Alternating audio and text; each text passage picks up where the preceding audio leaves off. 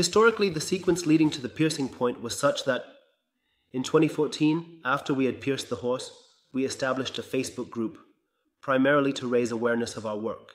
And what mattered to me was that we didn't talk much about what we do in 2001, but let our work speak for itself. And the simplest way was to let the customers speak, because we don't want to make any promises. Rather, the customers should share how they liked it, or how it helped them, how good it was for them. In this group, everyone can report on both positive and negative experiences. The group is now managed solely by customers.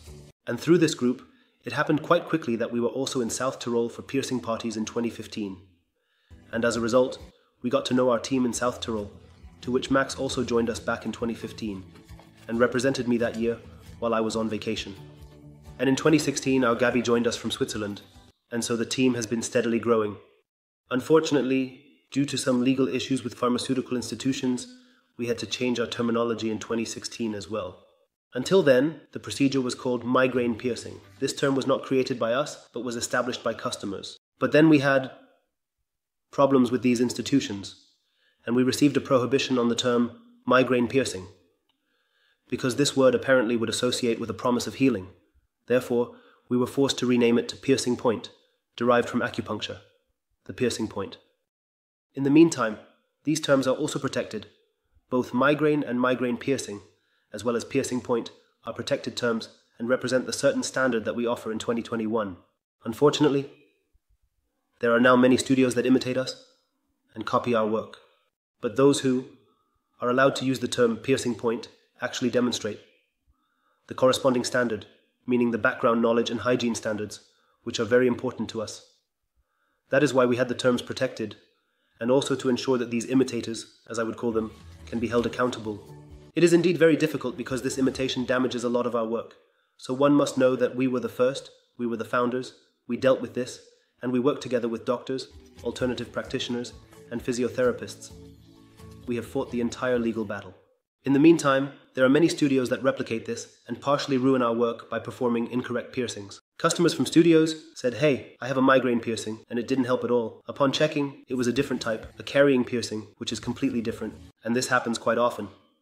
And that's exactly why we coined the term piercing point as a protected term. This also reflects that our team is constantly growing. For example, we also have our presence in Turkey now, even for those who are not here today. And of course, we continue to train piercers. For instance, when we soon have someone representing Italy further in Rome. This is how we are constantly growing. Yes, how did the piercing point come about? The historical sequence was a bit funny. Back then, I stumbled upon an article where I was linked multiple times on the internet, where people reported that after the dive piercing I performed, they no longer had migraines. At first, I brushed it off a bit and said, yes, everything is fine. Then at some point, after being tagged 30 times in one day, I felt compelled to write something about it and said, yes, it probably happens with acupuncture, but you can't say much more about it. And then, in 2001, after I was approached by the driver, I started to look into it more closely. But it was quite funny because he then messaged me and said, I have tried everything. I want to try it. Yes, it was like that. I read the report on Facebook. For some, it may seem a bit funny or something else, but when you really have a migraine, you reach for the last straw. I immediately messaged him and said, hey Steve, please just do the piercings for me, no matter how, just do them for me. In 2001, everything was still very young. We didn't know what to do. Yes, where exactly it had to fit in and so on. Yes, exactly. And then I was in the studio with him. He put it in. And that evening, everything was still quite okay. 3 months later, it was his birthday, and he wrote to him for his birthday, Steve, I really feel like I am born again. It has been changed. I haven't had any migraine attacks or anything else. In 2021, I am very grateful to him. He then asked me if he could publish this text that I wrote, and that was actually the push that brought everything forward. Then it all started. And after you had written to me, I thought, okay, there seems to be something to it. I then asked my clients, do you perhaps have migraines?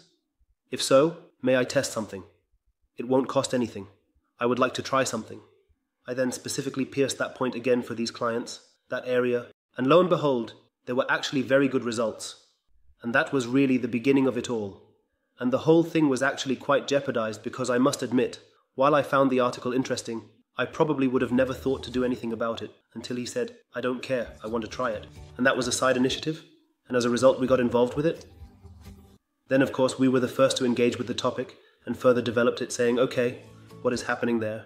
We need people on the team, we need doctors, alternative practitioners, and that is the big difference. Too much imitation. For almost 6 years, we have been intensely engaged in working with medical professionals and experts to further our education. And above all, we have a huge group on Facebook with almost people, where our customers regularly report to us.